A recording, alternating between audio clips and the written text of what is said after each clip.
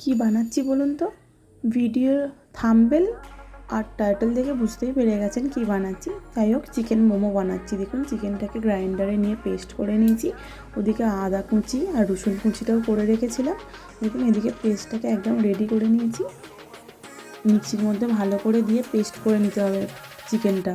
তারপর এখানে আদা কুচি আর আপনার রসুন কুচি রয়েছে। এদিকে ধনে পাতাগুলোকে কুচো কুচো করে দেবো। তারপর পেঁয়াজ, কাঁচা লঙ্কা আর দুটো চিজ কিউব। আর এদিকে রয়েছে রসুন কুচি, আদা কুচি। আর এদিকে আমার কাছে গোলমরিচ নেই বলে আমি সাদা মরিচটা দেবো, যেহেতু গোলমরিচটা দিলে বেশি টেস্ট হয়, কিন্তু আমার কাছে নেই, কিছু করার নেই, তাই আমি গোলমরিচের জায়গায় সাদা মরিচটা দেবো, কালো মরিচের জায়গায়। তো এইদিকে পেঁয়াজটা কুচিয়ে নিয়েছি, নুন, কাঁচা লঙ্কা, ধনে পাতা, চিজ কিউব, গোলমরিচের সাদা মরিচের গুঁড়ো, আর ওদিকে রয়েছে সয়া সস আর রসুন কুচি, রসুন কুচি আর এটা আদা কুচি, সরি। তো দেখুন, কেটে রেখেছি, এগুলো সব কিছু রেডি করে রেখেছি। এবার ম্যারিনেট করার পালা।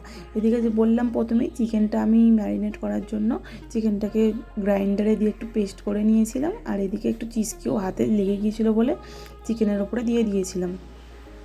তো চলুন ম্যারিনেটটা করা যাক। প্রথমেই দেবো পেঁয়াজ কুচি।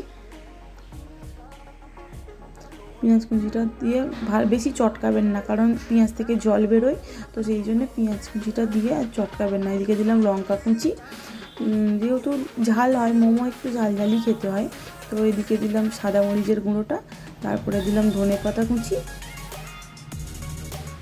নুনটা আমি এখন দেবো না, যেহেতু নুনটা এখন দিলে আপনার জল ছেড়ে দেবে, সেই জন্য দেবো না। তো তারপরে দিলাম রসুন কুচি আর আদা কুচিটা।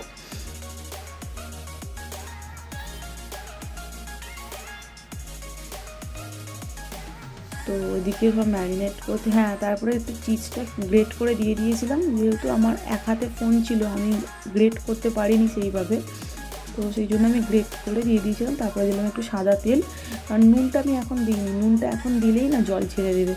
দেখুন, এদিকে পুরো ম্যারিনেট করে আমি আধ ঘন্টার মতো রেখে দিয়েছিলাম। রেখে দেওয়ার পর এদিকে মোমোগুলো আমি ময়দাটা মেখে আর গড়ে নিয়েছিলাম। তো ময়দাটা ময়ন দিয়েই মেখেছিলাম, একটু সাদা তেল, নুন আর এমনি প্লেন জল দিয়ে মেখে নিয়েছিলাম। দেখুন, এদিকে স্টিমে বসিয়ে দিয়েছি মোমোটা, কত সুন্দর দেখতে হয়েছে দেখুন।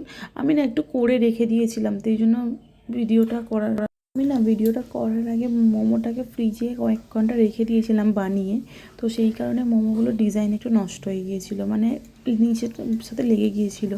তো যাই হোক, ভিডিওটা যদি ভালো লাগে please do like, share and subscribe. ভালো থাকবেন, সুস্থ থাকবেন, বাই, টাটা।